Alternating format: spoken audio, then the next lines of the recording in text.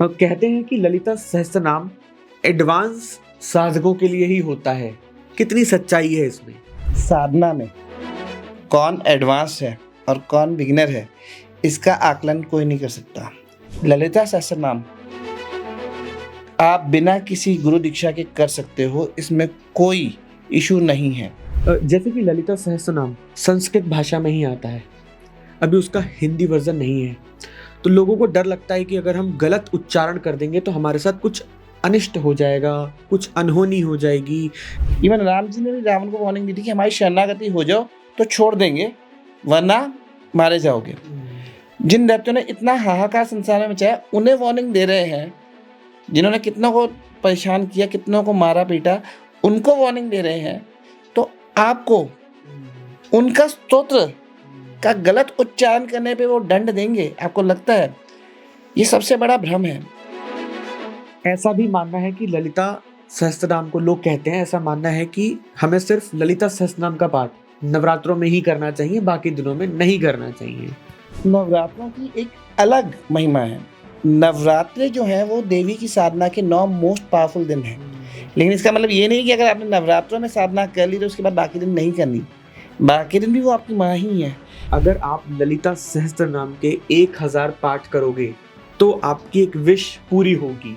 आप 1008 पाठ की बात करें, माने आपका काम 100 पाठ में कंप्लीट करना हो तो?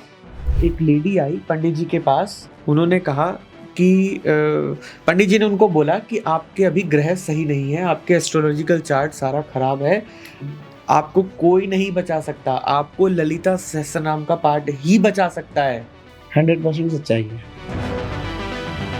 जो लोग नॉन वेजिटेरियन होते हैं, मांस मच्छी खाते हैं, क्या वो लोग ललिता सहस्त्रनाम का पाठ कर सकते हैं?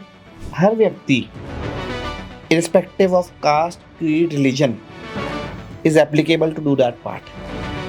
जब स्त्रियां मासिक धर्म में होती हैं तो उस समय, उस दौरान ललिता सहस्त्रनाम का पाठ नहीं करना चाहिए।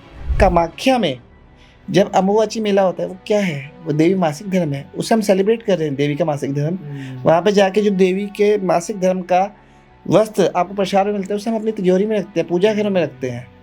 तो आप अपने घर की देवी को कैसे मना कर सकते हैं कि ललिता सहस्त्रनाम का पाठ उस समय ना करें?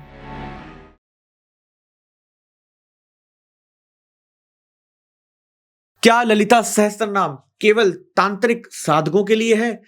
क्या ललिता सहस्त्रनाम बिना गुरु दीक्षा इसका पाठ करना वर्जित है? क्या ललिता सहस्त्रनाम का गलत उच्चारण से अनिष्ट हो सकता है? या ये सब केवल वर्षों से फैली हुई भ्रांतियां हैं या धारणा है? आज हम खोलेंगे ललिता सहस्त्रनाम से जुड़े सबसे बड़े मिथकों की परतें। So today we have Bhavesh Sood with us. He is a spiritual seeker and founder of Healing Word. He is a healer and also deals in crystals. He has been in this field since 2013 and so far he has served more than 30,000 clients. भवे जी का अपना भी podcast channel है भवेश सूद के नाम से, आप YouTube पे जाएं और सर्च करें।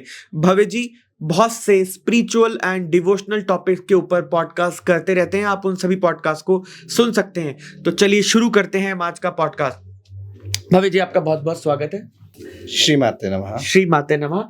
जैसे कि हमने ललिता सहस्त्रनाम के ऊपर एक पॉडकास्ट पहले भी शूट किया था जिसमें आपने बहुत सारी बातें ललिता सहस्त्रनाम के बारे में बताई थी कि ललिता सहस्त्रनाम कितना इंपॉर्टेंस रखता है हमारी लाइफ में, क्या क्या रेमेडीज हो सकती हैं ललिता सहस्त्रनाम की, और किस तरीके से हम ललिता सहस्त्रनाम का फायदा अपने जीवन में उठा सकते हैं। मगर आज का पॉडकास्ट खुद अहम और बहुत खास होने जा रहा है क्योंकि समाज में बहुत सारी ऐसी भ्रांतियां फैली हुई हैं, बहुत सारे ऐसे मिथ फैले हुए हैं ललिता सहस्त्रनाम को लेकर। तो हम आज उन सभी मिथ को कोशिश करेंगे ब्रेक करने की। कुछ हमारे पास ऐसे सवाल हैं जो हमने व्यूअर्स ने लिखे थे कमेंट्स बॉक्स में और हमने उनको सबको अलाइन करके हम यहाँ पर एक एक करके उनके ऊपर डिस्कस करते हैं और देखते हैं कैसे कौन कौन सी भ्रांतियां हैं जो हम उनको ब्रेक कर सकते हैं। और कहते हैं कि ललिता सहस्त्रनाम एडवांस साधकों के लिए ही होता है। कितनी सच्चाई है इसमें? देखिए, सबसे पहली चीज जो आपको समझनी होगी कि साधना में कौन एडवांस है और कौन बिगिनर है, इसका आकलन कोई नहीं कर सकता। जैसे मान लीजिए आप माँ ललिता से इस जन्म में अभी जुड़े हैं। मैं कुछ साल पहले जुड़ गया था, पर इसका मतलब ये नहीं है कि मैं पहले जुड़ गया था तो मैं एडवांस्ड हूँ और आप पीछे हैं। ये कोई आईटी कंपनी नहीं है कि जिसमें आप जिस समय जुड़े हैं उसके नंबर ऑफ ईयर्स ऑफ जुड़ने से काउंट होगा, नहीं। हो सकता है कि आपने पुराने जन्मों में माँ ललिता की बहुत ज़्यादा साधना की हो और इस जन्म में माँ ने ये डिसाइड किया कि आप इस समय में जुड़े हैं। और मेरे साथ ये हो सकता है कि मैं इस जन्म में ही पहली बार जुड़ा हूँ माँ से और उससे पहले मैंने माँ की कोई साधना ही नहीं की। तो आपको ये समझना होगा कि साधना में एडवांस कौन है और बिगिनर कौन है, इसका आकलन केवल और केवल आपके गुरु और देवी स्वयं कर सकती हैं, इसके अतिरिक्त कोई नहीं कर सकता। तो इसलिए जो सबसे पहली भ्रांति जो है कि ये स्तोत्रम एक एडवांस साधक के लिए, ये बिल्कुल मिथ्या है, क्योंकि ये स्तोत्र हर व्यक्ति कर सकता है। जैसा कि मेरे गुरुजी अमितानंद नाथ सरस्वती जी ने कहा कि ये हर व्यक्ति इस स्तोत्र को कर सकता है, irrespective of caste, creed, religion, gender. जिस व्यक्ति की इच्छा है इस स्तोत्रम को करने की, वो बिना किसी रिस्ट्रिक्शन के आराम से इस स्तोत्रम को निर्भीक होकर कर सकता है। तो इसलिए ये स्तोत्रम हर व्यक्ति के लिए है, हर प्राणी मात्र के लिए है। किसी भी धर्म, किसी भी संप्रदाय, किसी भी जाति, किसी भी जेंडर को बिलोंग करता हो, कोई चीज़ इसमें बाधा नहीं है। आपकी बस इच्छा होनी चाहिए और आपकी आस्था होनी चाहिए देवी पे। That is the only pre requisite for this, that's all.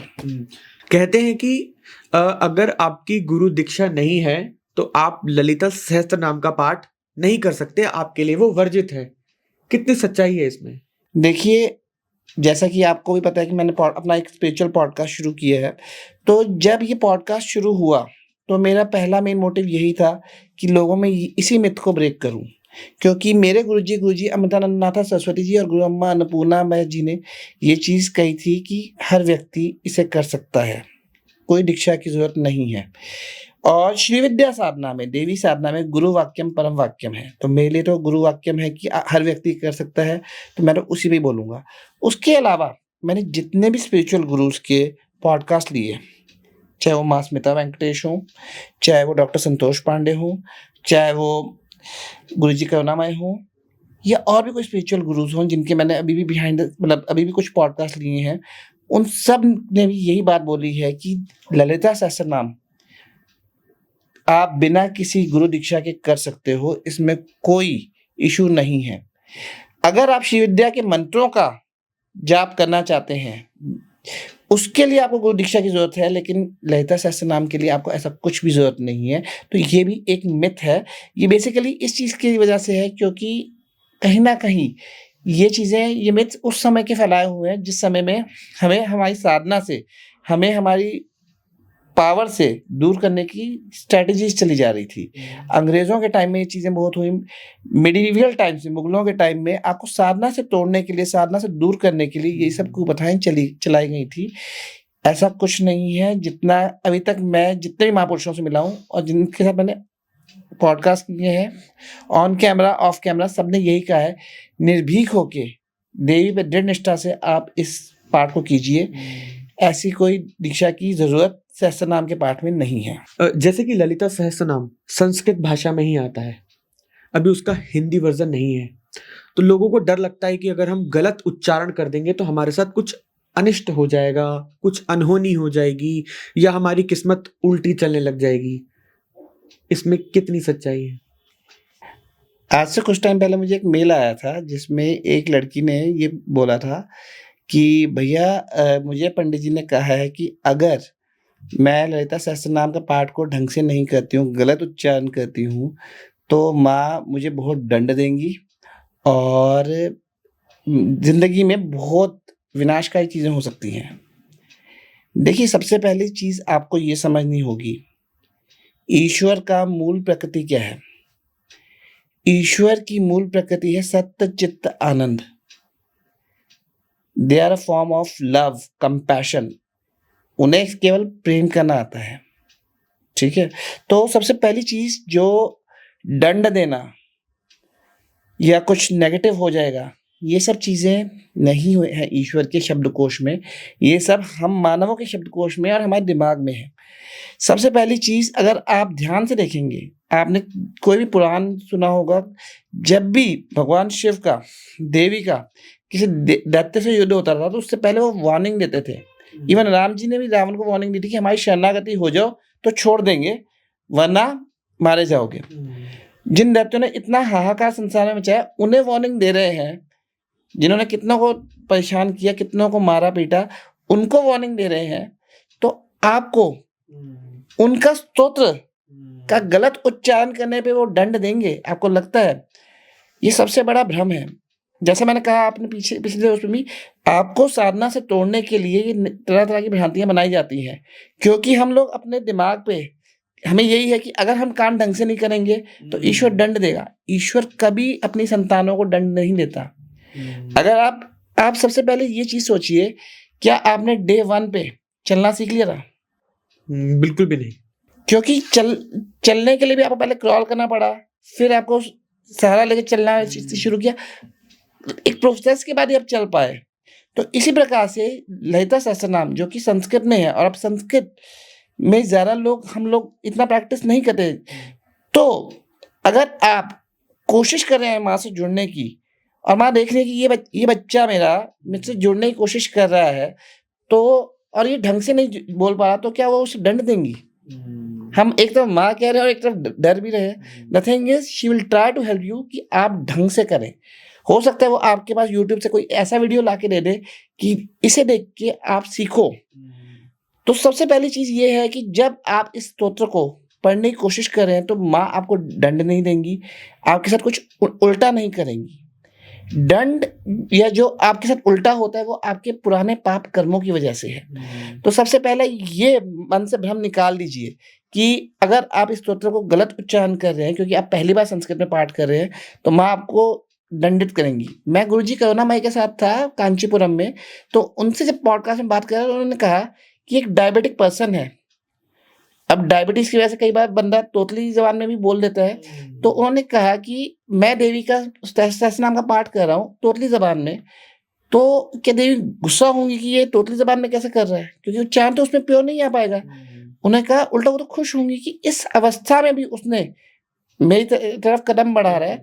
तो इसी तरह जब आपको उच्चारण नहीं आता, तब तो आप जरूर पाठ कीजिए, क्योंकि only the practice of that chanting will help you in reciting it correctly, ना कि डर से कि माँ आपको दंडित करेंगी तो आप उसे छोड़ ही दो।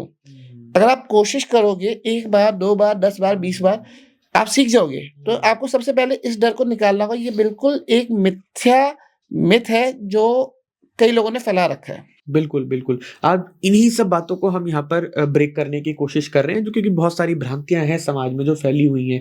मुझे लगता है कि आज का पॉडकास्ट हमारे व्यूअर्स आप एंड तक जरूर देखिएगा। ऐसा भी मानना है कि ललिता सहस्त्रनाम को लोग कहते हैं, ऐसा मानना है कि हमें सिर्फ ललिता सहस्त्रनाम का पाठ नवरात्रों में ही करना चाहिए, बाकी दिनों में नहीं करना चाहिए।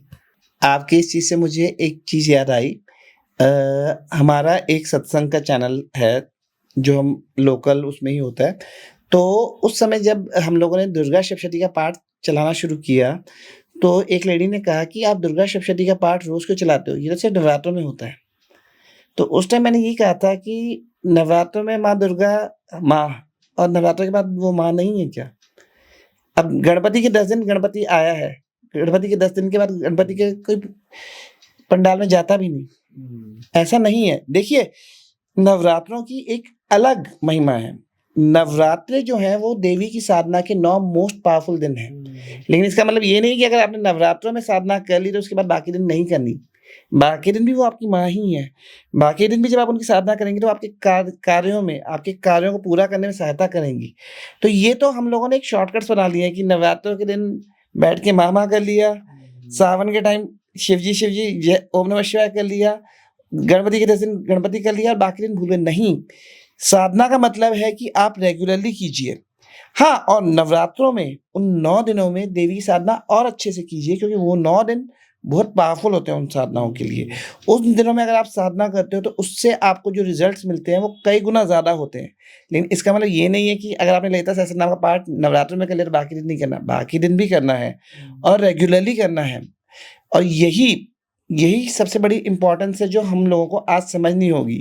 भव्य जी कहते हैं कि ललिता सहस्त्रनाम का पाठ करने से इंस्टेंट चमत्कार होते हैं, ऐसा होता है क्या?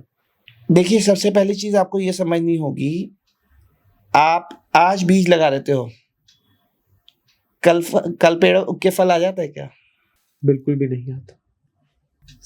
इसी एग्जांपल से मैं आपको समझाता हूँ। जब आप एक गार्डन में बीज लगाना शुरू करते हो, सबसे पहले आप मिट्टी को प्रिपेयर करते हो बीजों के लिए, फिर उस जमीन पे जितने खरपतवार वीड्स होते हैं उनको रिमूव करते हो कि जो न्यूट्रिशंस प्लांट्स को मिलने चाहिए, पेड़ों को मिलने चाहिए, वो मिले, तो वो खरपतवारों को हटाते हो।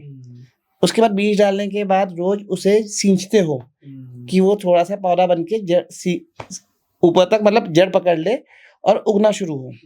और उसके बाद आप उनकी रक्षा करते हो कि जानवर से कोई गाय भैंस आके उसे खा ना जाए।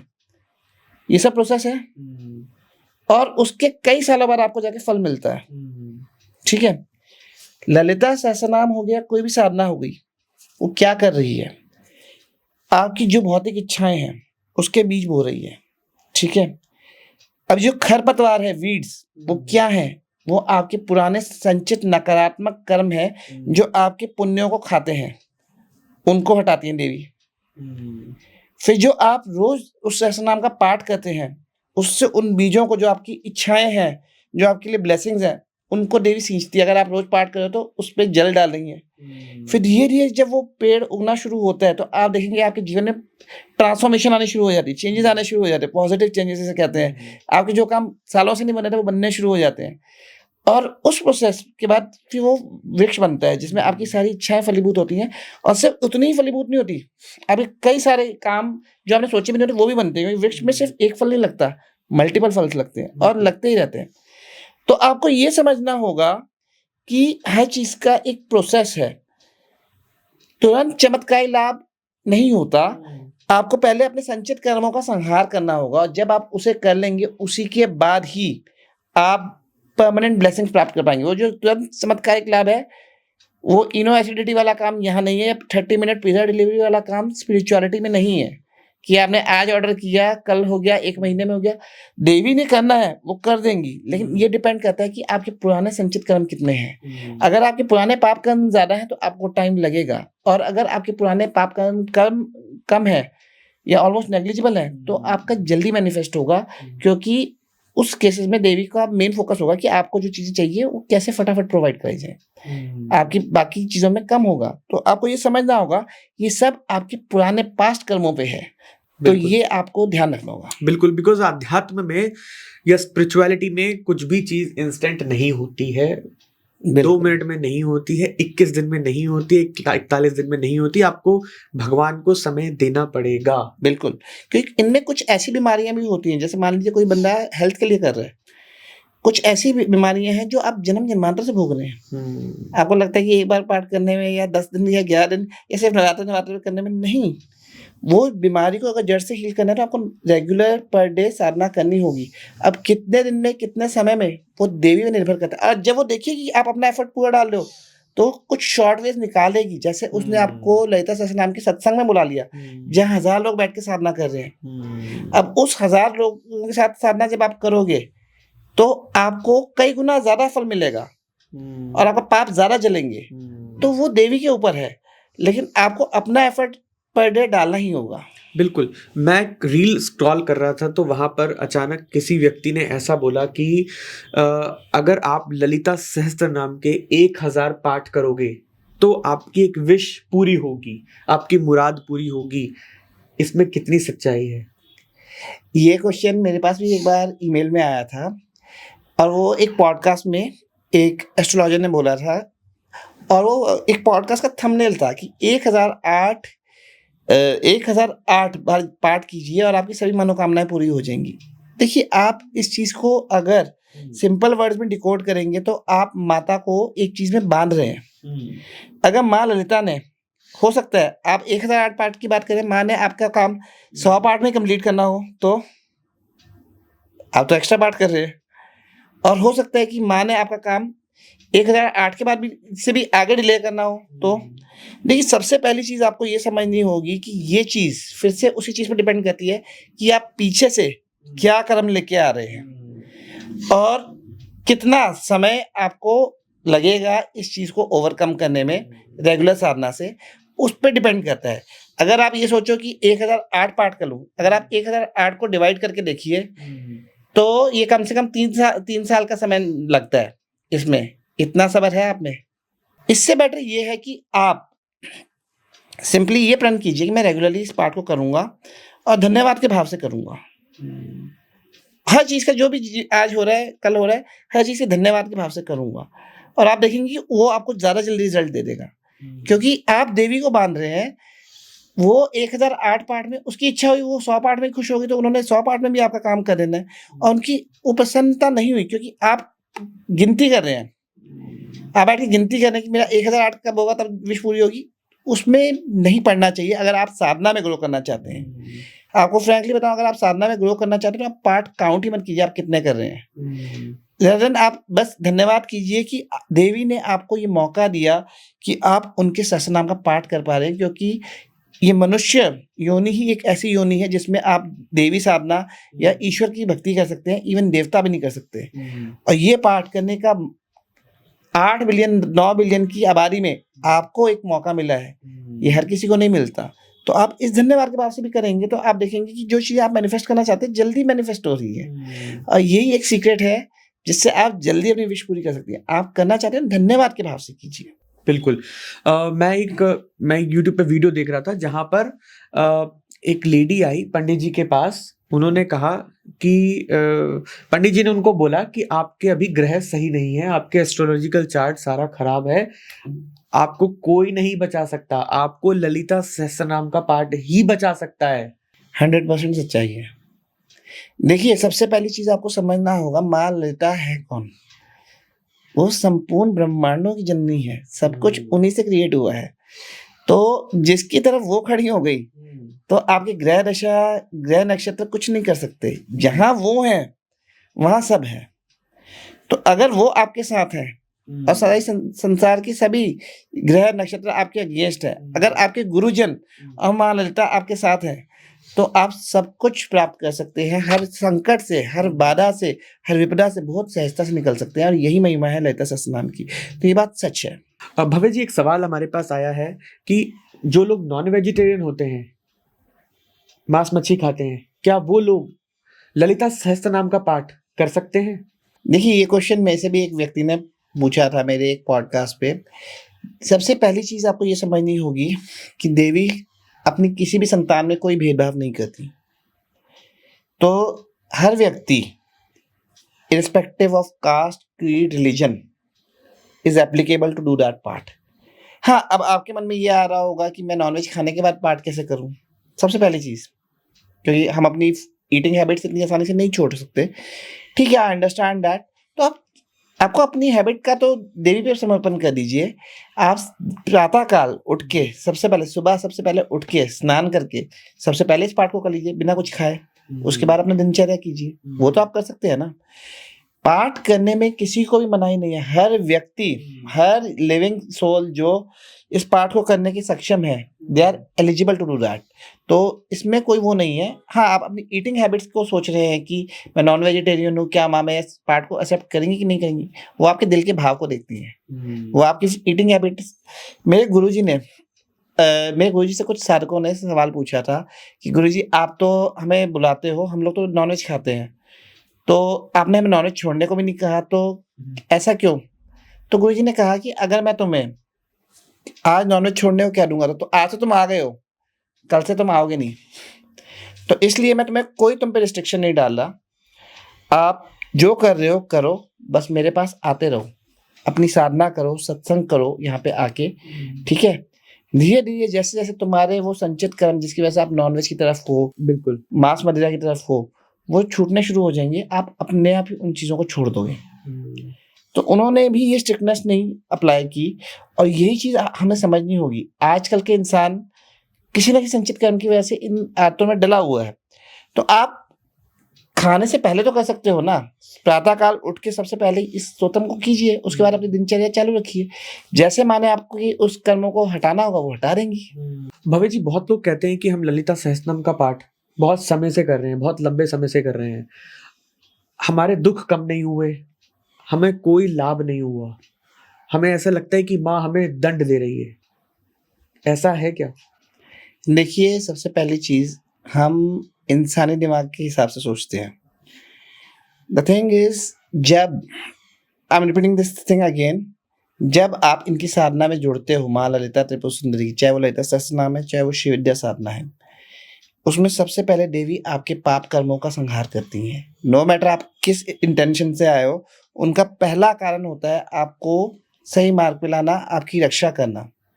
इसीलिए वो इतनी सारी देवियों को आपके घर के द्वारों पे भी बिठाती हैं कि आपकी रक्षा हो, आप सही मार्ग पे चलो। तो सबसे पहले वो आपके नेगेटिव कर्मास को, आप पे आने वाले बड़े बड़े संकटों को बचाने में का कार्य करती हैं। अब कई बार क्या होता है कि आपके पाप कर्म इतने ज्यादा भारी होते हैं कि उन्हें बचाने में भी आप पे बहुत ज्यादा दुख आ जाता है। लेकिन वो दुख हालांकि 10% ही होता है, 90% तो उन्होंने पहले ही समाप्त कर दिया होता है, लेकिन वो 10% भी हम भोग नहीं पाते। तो इसलिए कई लोगों को ऐसा लगता है कि ललिता सहस्त्रनाम का पाठ करने के बाद हमारे पे दुख आ रहा है। हालांकि it's just 10% of what you have to suffer in actual. तो आपको ये समझना होगा कि देवी आपको कितना बचा रही हैं। और दूसरी चीज, देवी पहले आपके पाप कर्म ही संहार करेंगी, आपको इस योग्य बनाएंगी कि आप उस चीज को ग्रहण करने के बाद परमानेंटली रख सके। उसके बाद ही वो आपको उस चीज को देती हैं। तो अगर आपको ऐसा लगता है कि ललिता सहस्त्रनाम का पाठ करने से आपके ऊपर संकट ज्यादा आ रहे हैं, इसका मतलब ये नहीं कि संकट ज्यादा आ रहे हैं, आपके बड़े बड़े संकट देवी छोटे में टाल रही हैं। एंड उनको शीघ्र खत्म करने का एक ही तरीका है, धन्यवाद के भाव से माँ का पाठ कीजिए। पाठ रोज कीजिए तब भी, और हर ब्लॉग पे, हर जगह पे जाके कमेंट करने से वो चीज़ नहीं होगी।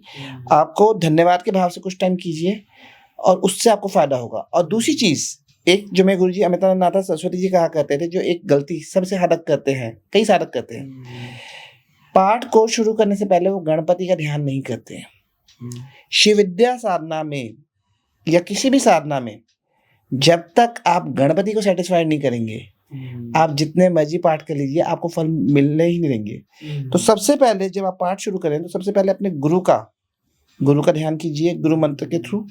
उसके बाद गणपति जी का ध्यान कीजिए और उसके बाद आप ललिता सहस्त्रनाम का पाठ कीजिए। अगर आपके पास गुरुजन नहीं है, क्योंकि ललिता सहस्त्रनाम का पाठ आप बिना गुरु के भी कर सकते हैं, तो आप भगवान शिव को अपना गुरु मान सकते हैं। अगर वो भी नहीं तो केवल और केवल हाथ जोड़ के गुरुर ब्रह्मा गुरुर विष्णु गुरुदेव महेश्वरा वाला स्तोत्र कीजिए।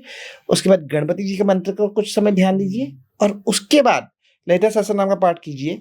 अगर आप इसे भी करेंगे तो आप देखेंगे कुछ समय बाद चीज़ें थोड़ी बेटर होनी शुरू होंगी, क्योंकि गणपति कई बार आपके लाइफ में वो ऑब्स्टिकल्स क्रिएट कर देते हैं, क्योंकि आप उनका तो ध्यान ही नहीं करें स्तोत्रम से पहले। अगर आपको कोई भी स्पिरिचुअल पार्ट स्तोत्रम में अच्छा रिजल्ट चाहिए तो आप you have to first satisfy Ganpati का नाम लेके ही कार्य शुरू कीजिए।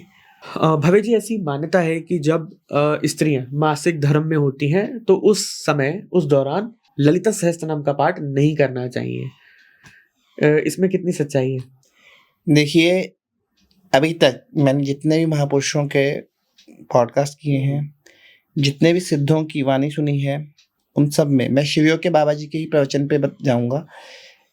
शिवयोग के बाबा जी, जब ये उनकी वीडियो यूट्यूब पे भी है, जब साधना में व्यक्ति जुड़ने लगता है तो स्पेशली स्त्रियों को संबोधित करते हुए कहते हैं कि आज से आप साधना में आ गए हैं, आज से ये वहमों में कि आपका मासिक धर्म चल रहा है और आप साधना नहीं कर सकते, इन वहमों में नहीं पड़ना, प्रतिदिन साधना करनी है।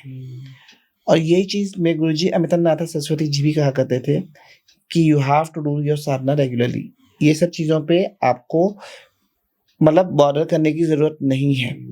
एंड यही चीज़ मैंने माँ स्मिता वेंकटेश जी का पॉडकास्ट लिया था और उन्होंने यहीं पे बैठ के ये बात बोली थी कि आप अपनी साधना कीजिए, आपको अपनी साधना को छोड़ने की ज़रूरत नहीं है। और यही चीज़ का मैंने कांचीपुरम में गुरुजी करुणामय से भी पूछा था, तो उन्होंने तो सीधा ही पूछा था कि कामाख्या में जब अम्बुबाची मेला होता है वो क्या है, वो देवी मासिक धर्म है, उसे हम सेलिब्रेट कर रहे हैं, देवी का मासिक धर्म। वहां पे जाके जो देवी के मासिक धर्म का वस्त्र आपको प्रसाद में मिलता है, उसे हम अपनी तिजोरी में रखते हैं, पूजा घरों में रखते हैं। तो आप अपने घर की देवी को कैसे मना कर सकते हैं कि ललिता सहस्त्रनाम का पाठ उस समय ना करें।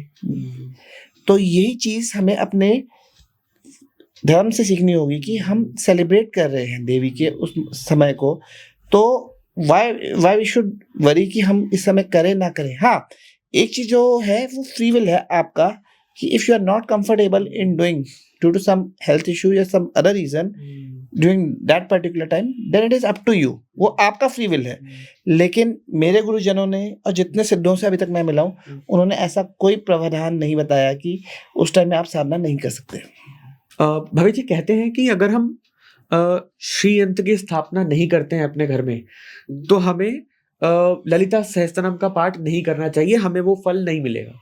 देखिए, इस चीज पे मैं आपको जेन्युइनली बताऊं, श्री विद्या साधना में, अगर आप श्री विद्या साधना में आपका अभी दीक्षा नहीं हुआ, आप जस्ट ललिता सहस्त्रनाम का पाठ कर रहे हैं, तो आप बिना श्री यंत्र के कर सकते हैं। ठीक है, श्री यंत्र अगर आपके पास घर में है, डिस्पाइट आप साधक नहीं है, तब आप कुमकुम से उसमें वो कर सकते हैं ललिता सहस्त्रनाम का पाठ। लेकिन अगर आप केवल और केवल ललिता सहस्त्रनाम का पाठ कर रहे हैं और आपके पास श्री यंत्र नहीं है, तो भी आप इस पाठ को कर सकते हैं, ऐसा कुछ नहीं है।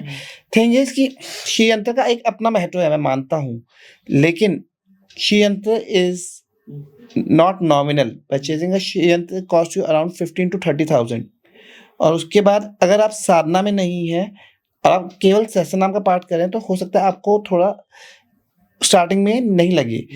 और इस चीज पे मैंने मां स्मिता वेंकटेश जी से भी ये सवाल पूछा था, और उन्होंने कहा था कि आप ललिता सहस्त्रनाम का रेगुलरली पाठ कीजिए, और जैसे जैसे आप साधना में आगे बढ़ते जाएंगे, इवन पाठ में भी आगे बढ़ते जाएंगे, और आपको फील हो अंदर से कि अब मुझे श्री यंत्र लेना चाहिए, तब आप श्री यंत्र लीजिए।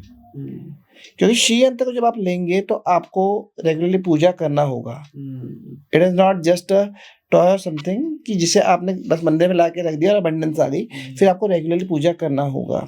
ठीक है, तो आपको वो चीज का ध्यान रखना है। हाँ, अगर आपको श्री यंत्र आपके गुरु ने, जो कि एक पूर्ण गुरु है, उन्होंने ब्लेस करके दिया है, तब इतने स्ट्रिक्ट रूल्स नहीं होते, तब आप नॉर्मली जब भी समय लगे तो आप पूजा करें तो चलता है। लेकिन अगर आपके पास श्री यंत्र है और आप रेगुलरली पाठ कर रहे हैं, तो it will give you the best results. भवे जी, क्या ललिता सहस्त्रनाम का पाठ करने से हमारी भौतिक इच्छाएं यानी कि मेटेरियलिस्टिक इच्छाएं ही पूरी होती हैं, या फिर हमें हमारी स्पिरिचुअल डिजायर्स भी फुलफिल होती हैं? ये स्तोत्र आपको जीवन में सब कुछ दे सकता है, धर्म, अर्थ, काम, मोक्ष।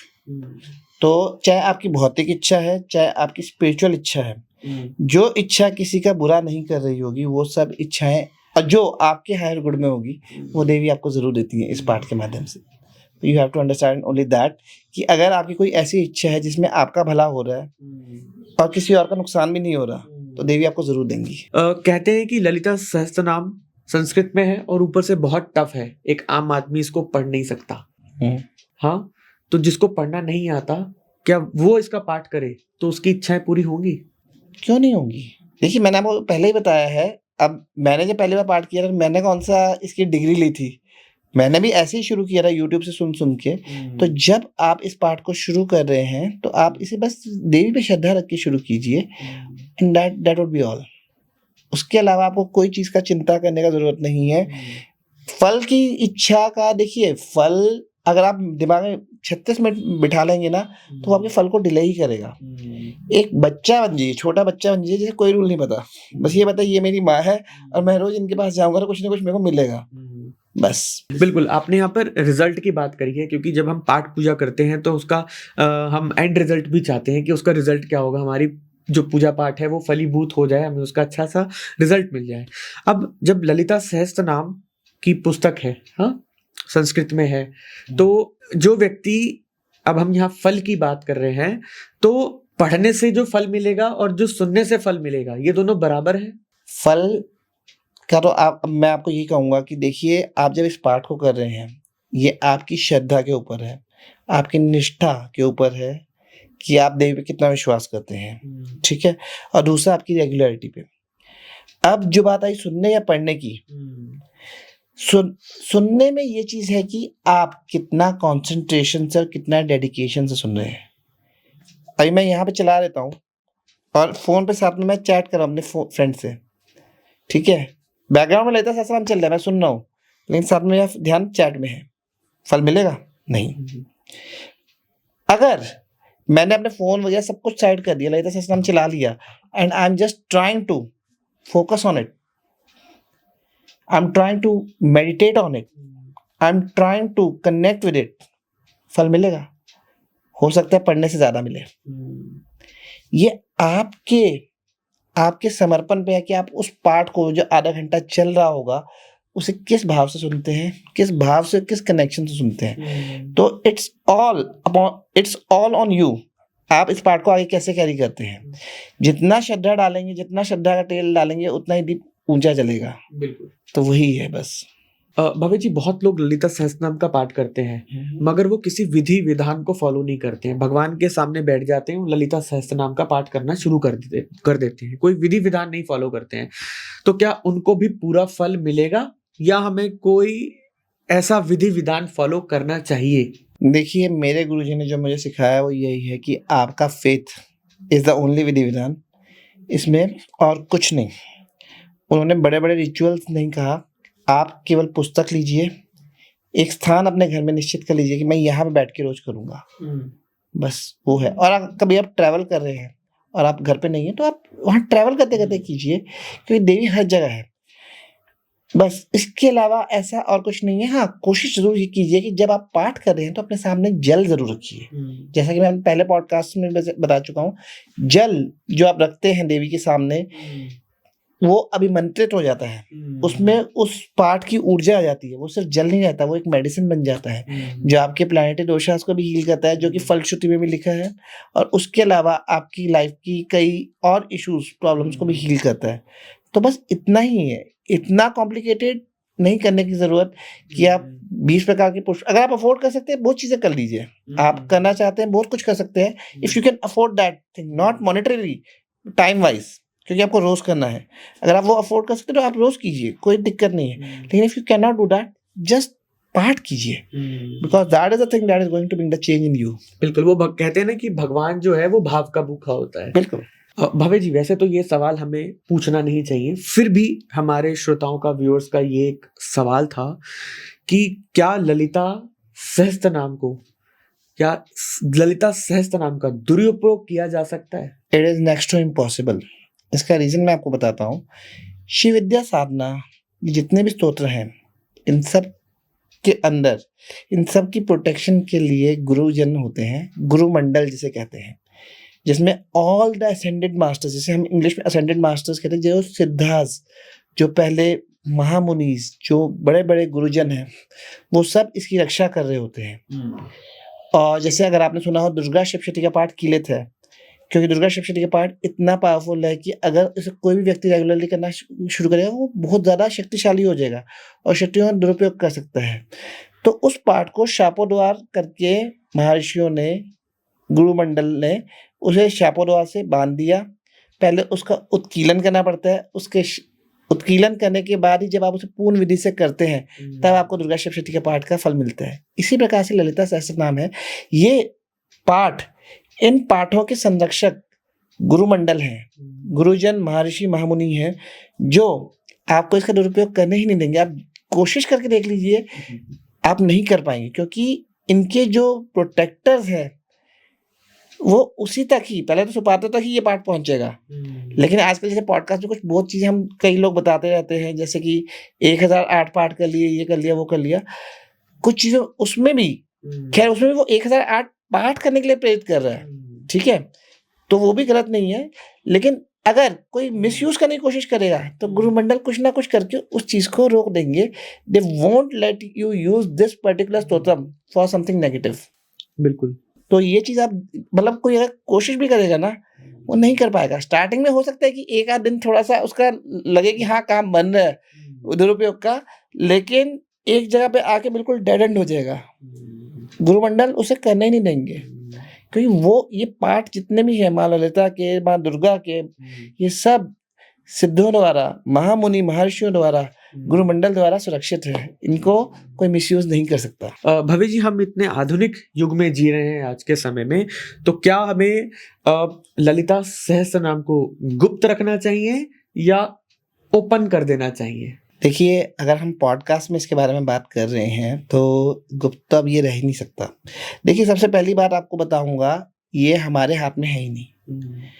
जब मेरी यात्रा शिव विद्या में शुरू हुई थी, उस समय में ललिता सहस्त्र नाम के ऊपर वो मैं जब यूट्यूब पे भी सर्च करता था, 1 या 2 वीडियोस थे। एक था माँ स्मिता वेंकटेश जी का, एक मेरे गुरु जी अमितानंद सरस्वती जी का, और एक गुरु करुणामय जी का। उसके अलावा वीडियोस ही नहीं थे।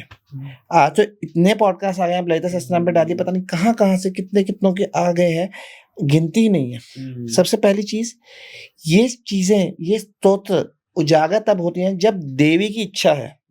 जैसे मैंने आपको कहा, देवी की इच्छा है, तभी कोविड के बाद से लोग इसके बारे में बात कर रहे हैं। दूसरी चीज, इन स्तोत्रों का प्रोटेक्टर गुरुमंडल है, ठीक है। अगर उन्होंने इसको प्रोटेक्टेड रखना है तो आप इसे उजागर ही नहीं कर पाएंगे। लेकिन अगर उनकी भी इच्छा है कि ये अब लोगों तक पहुंचे, क्योंकि कलयुग है, यहाँ पे लोगों को तारना है, लोगों को भगवान से जोड़ना है, उनकी इच्छा है, तभी इतने पॉडकास्ट रिलीज हो पा रहे हैं इस पे। वरना उनकी इच्छा के बिना आप एक शब्द नहीं बोल सकते इस टॉपिक पे, क्योंकि ये बोल भी आप नहीं रही, बुलवाती भी वही है, और जो जितना बुलवाना है उतना ही वही बुलवाती है। मैं कई बार क्वेश्चंस बना के जाता हूँ, वो क्वेश्चन पूछ ही नहीं जा पाता, और पूछे कुछ और आ जाता हूँ। तो और कई बार ऐसा आंसर्स में भी होता है कि मैंने आंसर ये देना होगा, लेकिन निकलवाते वो कुछ और है। तो आपको ये समझना होगा, here we are not the players, it is she who is playing this game. तो वो ही है, जो देवी ही है जो ये सब करा रही है। तो गुप्त रखना ना रखना, ये सब उनके और गुरुमंडल के हाथ में, यही मैं कहना चाहूंगा। बिल्कुल। आज का पॉडकास्ट हम यहीं पर वाइंड अप करेंगे। हमने बहुत सारे मिथ्स को ललिता सहस्त्रनाम से रिलेटेड उनको ब्रेक करने की कोशिश करी है, और मैं आशा करता हूं कि आज का पॉडकास्ट हमारे व्यूअर्स को अमेजिंग लगेगा, और आप आज के पॉडकास्ट को अपने फैमिली और फ्रेंड्स के साथ जरूर शेयर करें। धन्यवाद आपका बहुत बहुत।